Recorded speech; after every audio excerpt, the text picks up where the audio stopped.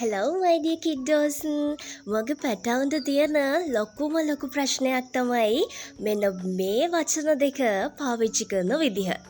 එන්නකෝ මාත් එක්ක මං කියලා දෙන්නම් හරිම විදිහ.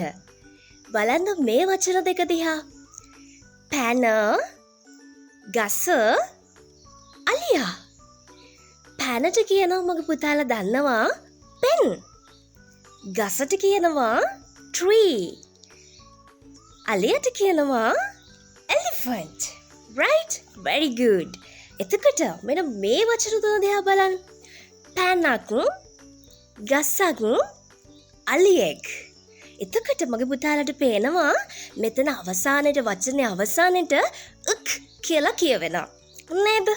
right. එතකොට මගේ පුතාලට මෙතන පේනවද ගොඩාක් දෙයක් ගැන කියන්න කියලා, ගොඩාක් දේවල් ගැන කියන්න කියලා? පැනක්, ගසක්, අලියෙක් කියද්දි එක දෙයක් නේද කියවෙන්නේ? right. එහෙනම් අපි කියනවා a pen, a tree, an elephant. ඇයි අපි මෙතන අර දෙකටම දාලා ඇයි මෙතන ඇන් දැම්මේ? එතකොට බලන්න මෙතන elephant කියන වචනේ මුල අකුර vowel letter එකක්. මොනවාද අපි vowel letters ටික? A, E, I, O, U.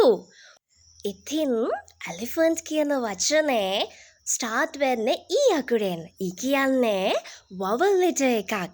ඒ නිසා අපි මුලට අලියෙක් කියලා කියද්දි an elephant කියලා තමයි ලියන්න ඕනේ. තේරුණාද? එතකොට orange කියන වචනේ ගමු. orange කියන්නේ දොඩම් ගෙඩියට. එතකොට දොඩම් ගෙඩියක් නම් එක දෙයක් නේ. එහෙනම් අපි කියනවා an orange කියලා. ඇයි an orange කියලා කියන්නේ? O අකුර vowel letter එකක් නිසා. එතකොට පොත නම් book. පොතක් නම් and bookද a bookද? A book. Good job. Follow for more.